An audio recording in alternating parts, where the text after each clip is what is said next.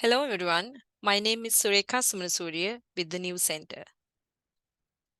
I would like to welcome you to today's webinar. Is there a pathway to carbon neutral concrete without using offsets? We are glad you could join us. A video recording and PDF of the presentation you are about to see will be uploaded to the new website newconcrete.org following today's webinar. Attendees are in listen-only mode. You may ask questions using the Q&A box in the Zoom platform. Our speaker will be happy to address questions at the end of the presentation. The ideas expressed in the following presentation are those of the speaker and do not necessarily reflect the views of the News Center, ACI, or its committees. As with all concrete mixtures, trial batches should be performed to verify concrete properties. Results may vary due to a variety of circumstances, including temperature and mixture components, among other things. You should consult your materials, cements, and concrete professionals for assistance regarding concrete production or placement. Nothing contained herein shall be considered or construed as a warranty or guarantee, either expressed or implied, including any warranty of fitness for a particular purpose. An overview of today's webinar is shown on the screen and is also listed on the new website with the webinar series information. Now, I would like to introduce our speaker. Ignacio Cariaga is a civil engineer with over 25 years of experience in companies leading the cement and concrete construction industry. As Commercial Sustainability Director with Heidelberg Materials, Ignacio is leading a team that is helping stakeholders throughout the concrete value chain to reduce embodied carbon in the built environment. Ignacio was co-founder of Carbon Leadership Forum in Alberta, Canada, an active member of Canadian Precast Concrete Institute Sustainability Committee. He also represents Heidelberg Materials in Materials Carbon Action Network to help prioritize actions around the smart reduction of embodied carbon in building materials. He has extensive business development experiences and is passionate about understanding the construction market's sustainability needs today to create lowest carbon solution throughout the concrete value chain for tomorrow. And now I will have the presentation off to Ignacio to get started. Thank you. A quick overview of the agenda, which I'll be presenting today. Given our recent rebranding at Heidelberg Materials, I thought I'd maybe just share one or two slides within the new brand of Heidelberg Materials. Also, I'll go into what we at Heidelberg Materials consider a multidimensional approach to net zero concrete, and then more going into the question I pose in the title of the presentation. Is there a pathway to net zero concrete? And then lastly, I want to address how can we accelerate the journey to net zero concrete. So without further ado, let me mention a few of the learning objectives from today's presentation. After my presentation, you should be able to address these three learning objectives. Is net zero concrete technology available today? Is there a single technology, company, or application that can get us to net zero concrete? And who needs to participate in the pathway to net zero concrete? So keep those three questions in mind when we're going through these slides, and hopefully by the end of this presentation, you'll be able to answer all three questions. Okay, so without further ado, again, the first slide I wanted to just introduce to bring everybody up to speed. As of January of this year, we have transitioned to the new brand of Heidelberg Materials. So we've consolidated among many brands that you probably have heard or seen in North America or even globally. There's a lot of brands out there, including Lehigh Hansen, Lehigh Cement, and others. But now they have all been streamlined to one, which is now Heidelberg Materials. It doesn't matter which business line, cement, concrete, or aggregates, or pipe, for that matter, they're all now under the same umbrella and on the same one brand, which is Heidelberg Materials. In North America, I wanted to give you a quick overview of what Heidelberg Materials in North America looks like. We have over 9,000 employees. We have over 450 manufacturing locations, and we are we have leading positions in cement, aggregate, and ready-mix concrete. This is a little bit of a geographical map to show what regions we have in North America and all the operations we have and all the businesses: aggregate, asphalt, cement, fly ash, ready-mix, slag, and others in the different regions throughout North America. So I also wanted to give you a little bit of sense of where Heidelberg Materials stands with relation to sustainability. And here I'd like to share with you the 5 concrete promises. These are the 5 concrete promises that we are sort of driving the sustainability journey. And the first one is that we will remain focused on heavy building materials. We recognize and we realize that the cement emissions are 8% of the global emissions, but we recognize that as being an opportunity and a challenge. And we're embracing that and having to create solutions to address it. On the second point here is we commit to generate 50% of our revenue from sustainable products by 2030. And sustainable products have been defined, obviously, within our company as a very low carbon intensive products. And our commitment here is to 50% of our revenue be sustainable products. Not only that, but we have something that is not shown here, but our variable pay, so to speak, in terms of a bonus structure, really depends on the reduction of emissions. So it's really walking the talk. Every manager of our company has a direct impact on variable pay with relation to emission reductions. Number 3, here is we commit to reduce CO2 emissions by almost 50% to 400 kilograms of CO2 per ton of cement by 2030. I would probably argue that it wasn't long ago, maybe 5 or so years ago, that the market and the industry was still speaking to a ton of CO2 per ton of cement. But now here we have a commitment to reduce that to 400 kilograms by 2030. We will make also this transition as a successful business case. As we know, sustainability is a triple bottom line or 3-legged stool and depends on 3 things. Environment is one, but there's also the economical and the social. So we really believe that the economical also has a role to play in to make sure that we have a good, sound business case. And the 5th one is we drive the change for the benefit of our customers, our shareholders, our employees, and the society we live in. This is, again, speaking to the social aspect of sustainability. On the bottom, you see those 3 major milestones and targets that we have by 2030 to make those reductions. Okay, so now one of the things that I wanted to share is, Heidelberg's material roadmap to net zero concrete. It's not a single lever. As you can see on this slide, we have a few things that need to happen.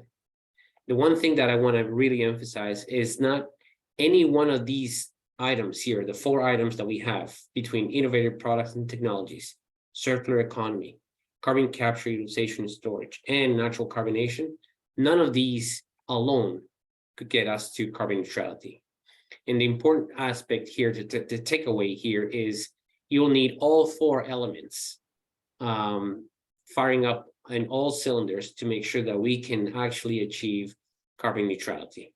And this is aligned with things that the audience might have heard already from the PCA roadmap or SIMBA roadmap, or even the CAC in Canada's roadmap.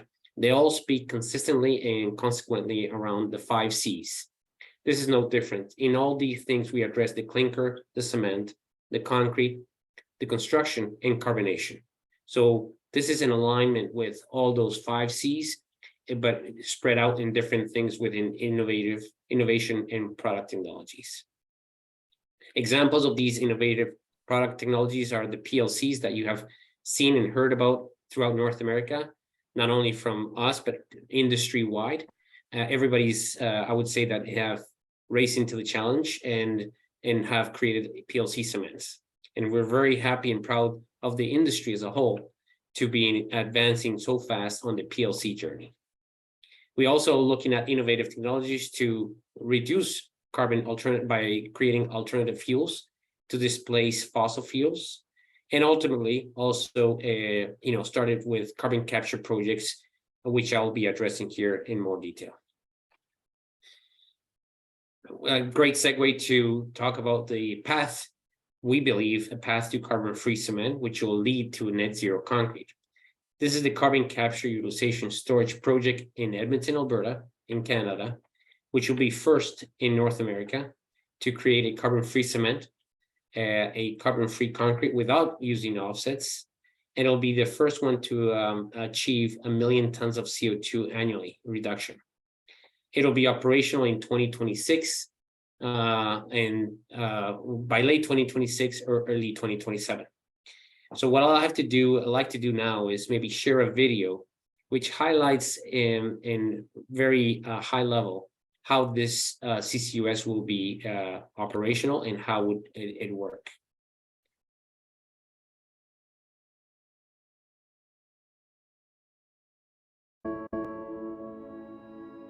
What grounds every awe-inspiring building, but is also the foundation of our homes? What takes us to our favorite vacation spots, but is also a part of where we work and play? The answer is concrete, the second most consumed substance in the world after water. Concrete is incredibly strong, used all over the world. Concrete is durable, resilient, and sustainable for the long term. It is literally and figuratively a foundation of civilization. However, we as an industry are facing a big challenge: climate change. The worldwide demand for concrete, and therefore its key binding agent, cement, is so enormous that cement production accounts for 8% of global greenhouse gas emissions, or about 3 billion tons of CO2. At Lehigh Cement in Edmonton, we have been actively finding solutions to reduce our CO2 footprint by maximizing use of efficient transport, upgrading technology, and finding efficiencies at every stage of the process. But now, we are aiming higher by building North America's first carbon-neutral cement plant. To achieve this, we need to address the two main sources of CO2 from making cement. The first source of CO2 is combustion. Cement requires heating limestone, silica, and other materials at extremely high temperatures within a rotary kiln. The fuel burned to heat the material generates about a third of the CO2. The second and primary source of CO2 comes from making the key ingredient, lime. Lime is created by separating CO2 from limestone, a chemical process that cannot be replaced. The CO2 from combustion and from the creation of the lime are mixed together and then vented through the exhaust. Our solution is to apply an innovative technology called carbon capture and storage. CO2 is captured before it is released into the air, then piped to a facility where it is compressed into a fluid. It can then be safely and permanently stored underground. By using carbon capture technology, we can cut the equivalent of emissions from 200,000 cars, all without compromising on the high-quality product you have come to rely upon. With our partners worldwide, we can set a new standard for the industry that will ultimately make a global impact. The worldwide demand for concrete is growing rapidly. By taking this first step towards creating net-neutral concrete, Lehigh Cement is forging a path towards reducing embodied carbon emissions in the built environment. It means contributing in a massive way to securing our world against irreversible climate change. And it means a foundation we can rely upon well into the future.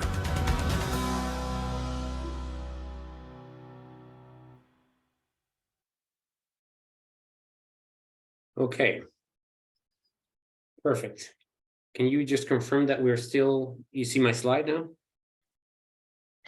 Yes, we can see it. Perfect. It's blurry. Okay, came back. Thank you. Okay, perfect. So let me just go into detail. Again, I'm not going to go into too much detail, and I'm not the chemist or the best person to go into too much detail, but I'll do my best to give you a very rough overview of what's behind the scenes of how this carbon capture process works. So first, let me start by saying this is a post-combustion amine carbon capture process, which is actually taking the flue gas from our cement plant, as you can see on this on the graph. It takes after the cement has been made. And for that reason, the cement itself that is made in this plant in Edmonton will have no impact. The cement is still going to be the same cement we produce today. We are taking the CO2 that comes from the flue gas after it's being produced. So there's nothing physically or chemically changing our efficiency or performance of our cements. So now let's look at the flue gas as it leaves the cement plant. The composition of that flue gas is, as you can see on this pie chart, is mostly nitrogen. CO2 is only 13% of it here on the green piece of the pie. And so as we capture that flue gas, we take it into a pre-gas treatment, the flue gas treatment, where it's being cooled, and then it goes into the absorber. And there's a cycle we call the absorber and desorber cycle, where you get cooling and heating. And between this, the CO2 is being captured and sort of detached from the nitrogen. So it's being separating. So if you will, carbon capture maybe is it's an incorrect word. It's more of a separation, a carbon separation between the carbon dioxide and nitrogen, because basically that's what we're doing. It's separating the CO2 from the nitrogen.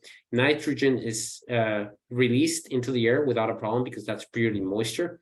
And then the CO2 gets purified in this cycle, which is the absorber and desorber. Once we've achieved purity on the CO2, then we can start looking at making it compressed. So we compress it into a liquid. And in fact, it goes beyond that into what they call a supercritical stage in that pressure, where it gets compressed and then piped 30 to 40 kilometers away from our cement plant in Edmonton, and then stored deep into a deep saline aquifer, which is around 3,500 meters below ground. There is stored under a strict regulated government protocol, which is called MMV. It's measuring, monitoring, and verification to make sure that the safety and permanency of that CO2 is kept and stored and through a third-party verification. One note that you'll see on this process diagram, we have a big equipment here in the center. One of the reasons we have this is it's a combined heat and power. So what we're doing here is, because Alberta has a very carbon-intensive electric grid, we have taken it upon ourselves to generate a cleaner and lower carbon-intensive scope 2 emission, which is the electricity.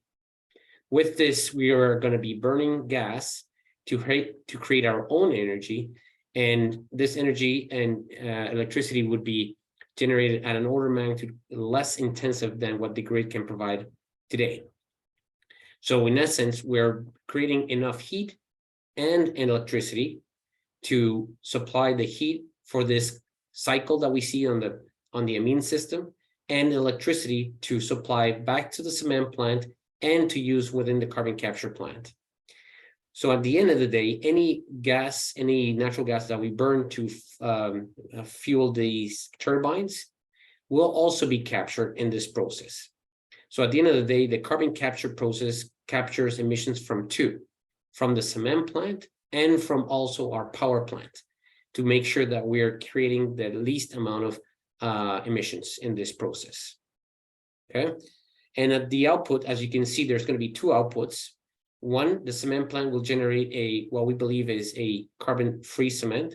And second is going to be the environmental attributes that would come from permanently storing the CO2. So let me go into a slide which basically summarizes what we believe is the technology that would allow us or enable us to talk about a carbon neutral concrete or net zero concrete. So on the left here, we have a scale which speaks to the cement emission intensity measured in kilograms of CO2 equivalent per ton of cement. And then you go all the way to the right of this graph, which you see the similar, but for concrete emission intensity, which is measured in kilograms CO2 equivalent per cubic meter of concrete. And then you have a border, which is sort of dividing the borderline between cement manufacturing and then the scope 3 emissions downstream. So let's start from cement, from left to right. We start by looking at your A1, A2, and A3. That's typically referred on our EPDs. And the A1 refers to the quarry operation, meaning the extraction of our raw material, the limestone. Then we have the transportation of the same by rail. Then we have what we have inside of our plant, but also the electricity, which is the scope 2 emissions. As again, we showed on that previous slide that we will be generating the electricity ourselves. And then we have the major blue bar, which is the emissions generated, which comes from the actual process emissions and the combustion emissions. As you can see, combustion emissions make up 1/3 of the emissions, and process emissions, which comes from the actual calcination process, represents 2/3 of the emissions. And then we start looking at the green bars, which reflect the emission reductions. Because we're going to be using alternative fuels, in fact, we're going to be switching and replacing 50% of our fuels with alternative fuels, and those fuels are typically waste derived fuels by biomass. So waste and garbage that are preventing going to landfills, and construction debris also. And instead of going to landfills, we're going to take them to our plant and burn them to create biomass and then biogenic CO storage, as we're going to capture those emissions as well.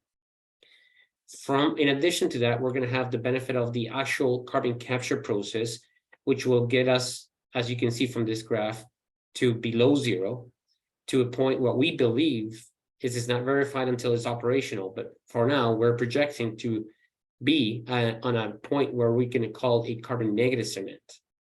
In fact, we believe we're going to be negative enough that if we extend after our fence line and include the emissions, scope 3 emissions downstream from our customers, that we, by looking at the raw materials, the transportation that takes the cement to our concrete suppliers' plants, including the cement and aggregates, and the footprint it takes to batch concrete, including all the other raw materials that involve in the concrete, and then the transportation of the ready-mix truck going to site, plus the carbon footprint that it takes to the concrete to be pumped in place in the buildings or projects, with the benefit of the use phase and getting the benefit of natural recarbonation, that we can achieve a carbon neutral concrete at the end of this life cycle. Obviously, there's a lot of assumptions here, but this is an LCA that has been reviewed by third parties, and this is still a projection. We cannot have it verified until the plant will be fully operational, but at this point, this is what we claim as a projection to be true. So let me go and change a little bit of the topic and say, okay, but you're creating a product, but yet, well, let's look at the demand. Is there demand for this product? And I would say that by looking at this graph, you can see there's compliance policies now that are being led by cities like City of Vancouver, City of Portland, Marion County in California, but there's also some federal initiatives like Treasury Board of Canada and the U.S. General Service Administration facilities. And lately, we've heard about the Inflation Reduction Act. So there's clear enough momentum going that there is growing demand. In fact, this demand has come second, I would say, to voluntary projects, which we have probably seen leading the charge now, not 1 year, but perhaps a few years now. The likes of, Microsoft projects in Seattle area, Facebook projects, Amazon warehouses throughout North America.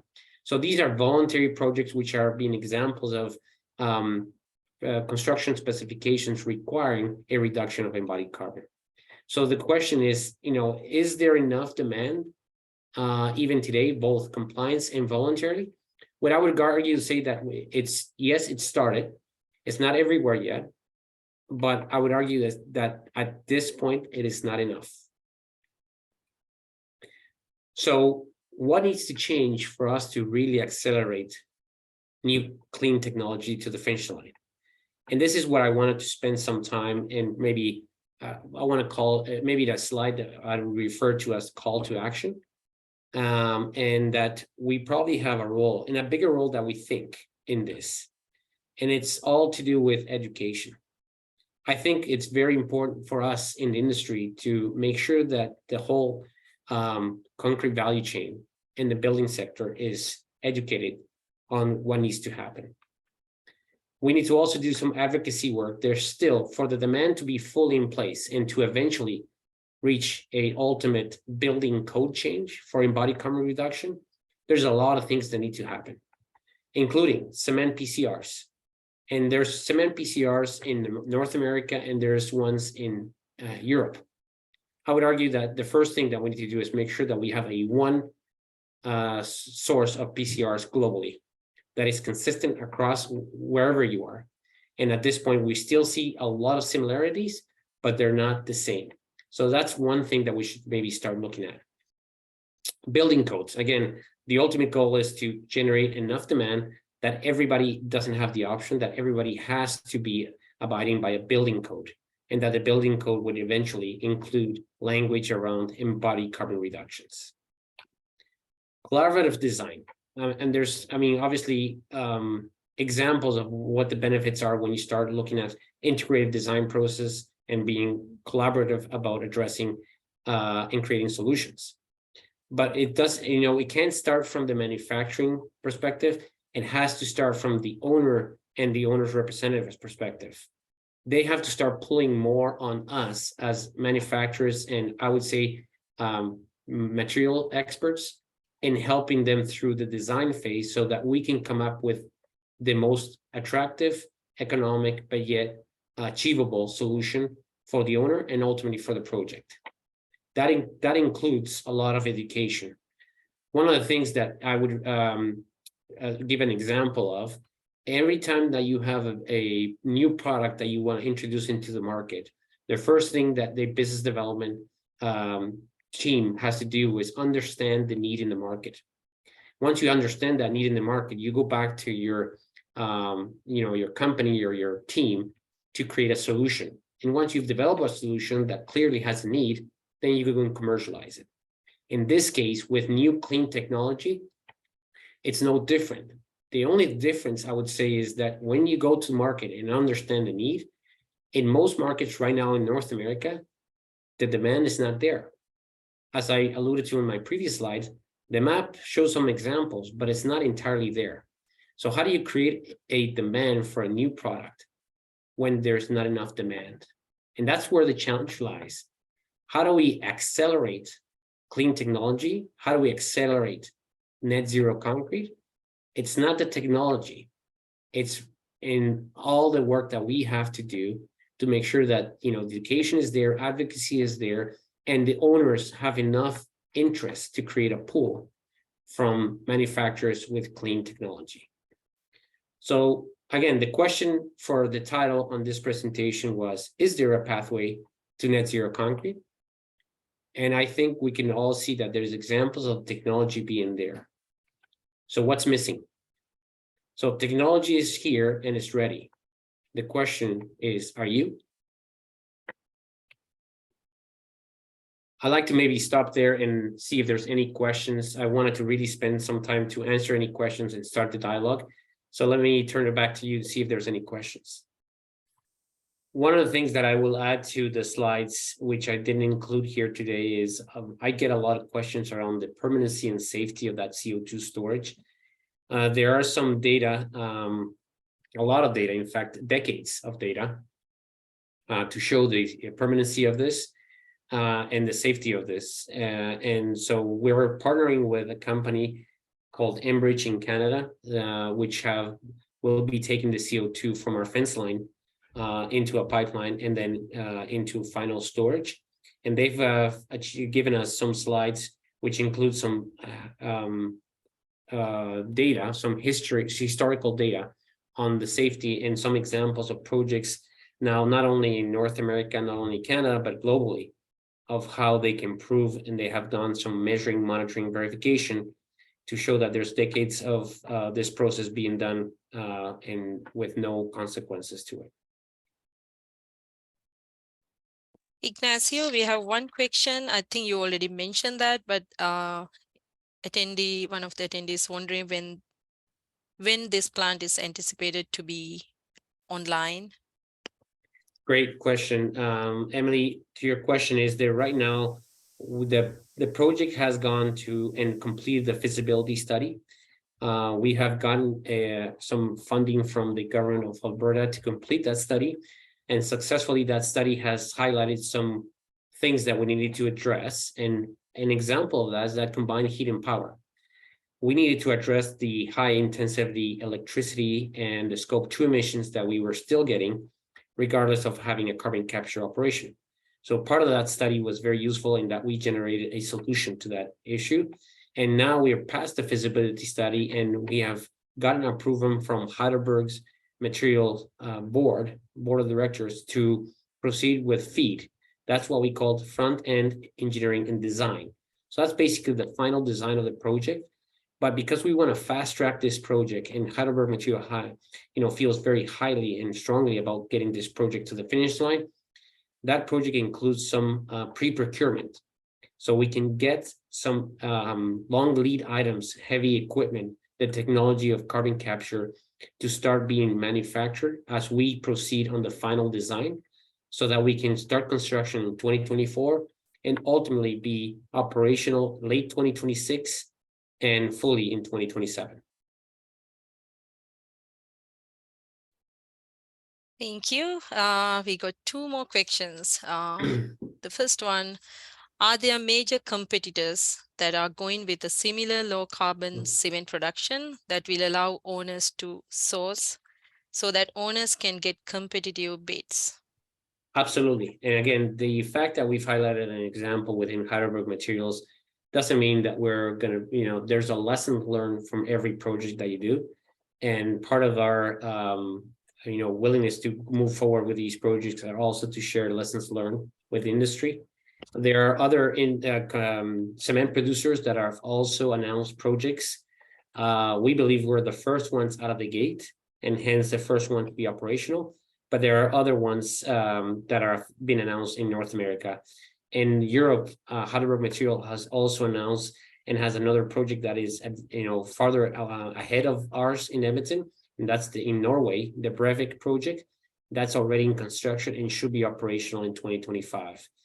But yes, there's multiple projects that have been announced, which will allow owners to have competitive bids on low carbon cements. What is the impact in cost per ton of cement of using CCUS technology? It goes with the other question, what is the cost per ton of carbon dioxide of the full process? Right, so it's hard to pin right now without getting through the final design and capital costs and operational costs of the project. But we believe that the premium of such cement should be, I would say, consistent and representative of the value of the emission reduction it provides. And right now we have metrics that exist in Canada because we have a carbon pricing structure in Canada. And that carbon pricing is set in a way that today in 2023, the carbon price is $65 a ton. If you expand that to 2030, which is the ultimate increase of that carbon price to reach $170 per ton, we believe that if we are going to be reducing X amount of emissions with a carbon free cement, that it should be carrying the same value as what the carbon pricing is at that point in Canada. There's nothing scheduled right now, but the message is we will be consequent to the environmental attributes that they would generate. So for that reason, if you were to buy a environmental attribute through an offset in the market, or buy our cement with environmental attributes, it should be no different. Okay, aside from carbon capture during the cement manufacturing process, what other carbon reduction or capture strategies are available for the construction industry? Perfect. So besides carbon capture, we alluded to that there's not a silver bullet, and that carbon capture alone will not achieve carbon neutrality, which is a fact. There's other technologies which are enhancing, and we don't have to wait that far. It's already been in place. We mentioned PLC cements as one that's widely spread now in North America, but increasing the limestone in those PLC is perhaps the next step. Right now, the code accepts up to 15% of limestone to be used in PLCs. And right now, we're probably hovering around the 10% inclusion of limestone. So there's still some room to grow to up to 15%. So that's the first, I would say, low-hanging fruit. SCMs, supplementary cementitious materials. Now, not only the typical or legacy fly ash and slag that people know and fork with. Now we have seen a wave of new SCMs coming to market, natural pozzolans and others that have the ability to provide the similar performance and similar or enhanced reductions when you replace cement in concrete or when you replace clinker in the making of cements. Both are both examples of technologies that can be used. But also, one thing that I might add is the carbon capture project in Edmonton is going to be capturing CO2, and mostly, I would say 99% of it will be stored and captured and stored through what I mentioned to be a safe and permanent solution. However, we were working to get a small slipstream from our project to have CO2 to be used for business or R&D, and started looking at what else can we do with the CO2 to get rid of it. And by that we mean is what can we do within the concrete value chain to enhance the utilization aspect of CCUS. So we know that for a fact that not every cement plant will be able to carbon capture, not because of the technology, but because of the access to storage. And not every geology, not every part of the world has the right geological deep saline aquifer that we benefit from in Alberta. So there's a lot of cement plants that we will not be able to build carbon capture operations. So how do we get to zero if not all the cement plants can have this? Is by starting to look at technology that uses the CO2 that can be captured from a few plants and then not permanently store, but use that CO2 inside concrete to permanently remove that CO2. Obviously, the scale is not there. We have proven that the amount of CO2 that we will be capturing in Edmonton, it's around 4,000 tons a day. There's no application right now, even if you add up all the applications together, to be able to use that much CO2 in one day.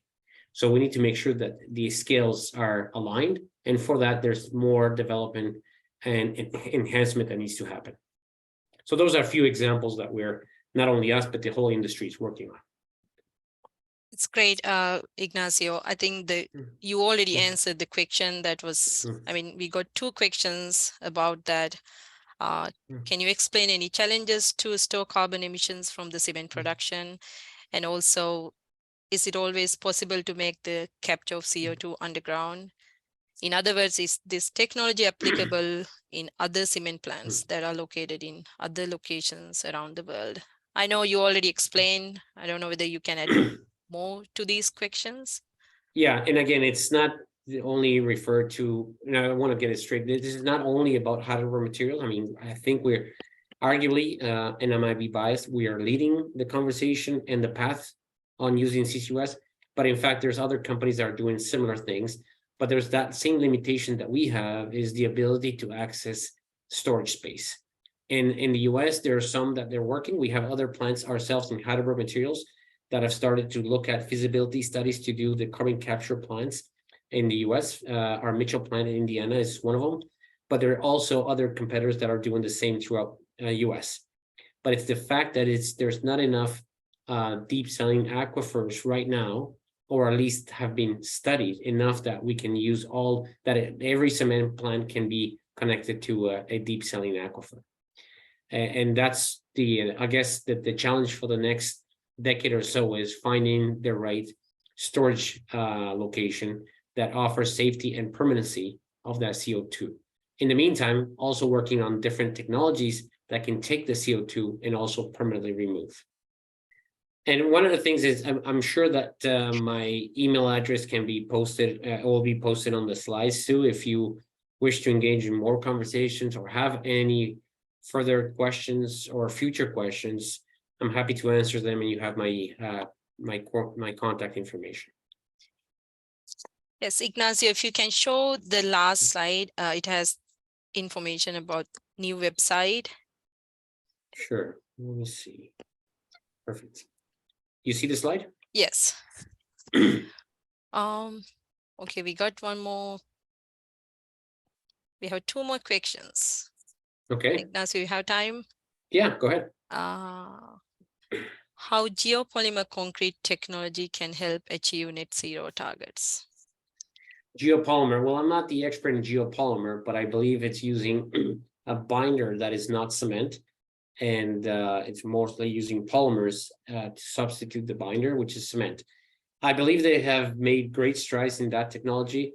However, I would say that the biggest hurdle, and I go back to the slide I presented on, the technology might be here, but if we don't do the advocacy work and the education piece, standards in this case don't, the standards don't allow for structural concrete at this point to be used using polymer concrete.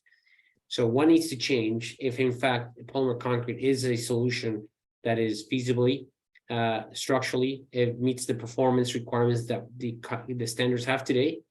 What needs to change in the code and the standards to allow for such technologies? So I think it's not so much as the technology being ready, it's all about the work that needs to be done in standards and advocacy work. All right, I think at this point, probably we will conclude today's webinar. And attendees, thanks again for attending today's webinar. And please visit the new website at neoconcrete.org for more information on this topic. As we mentioned earlier, the recording of today's webinar will be available. And while you're there in the website, please check out our other resources on low carbon concrete production and placement. And this website provides access to our sustainable concrete guides, frequently asked questions, webinar recordings, and many more. Also, if you have more questions regarding this topic or any other topic related to low carbon concrete, we are happy to answer any questions at info@neoconcrete.org. Okay. If you haven't done so already, please check out other great webinars that are scheduled. And this concludes today's webinar. And thank you again, and have a great day.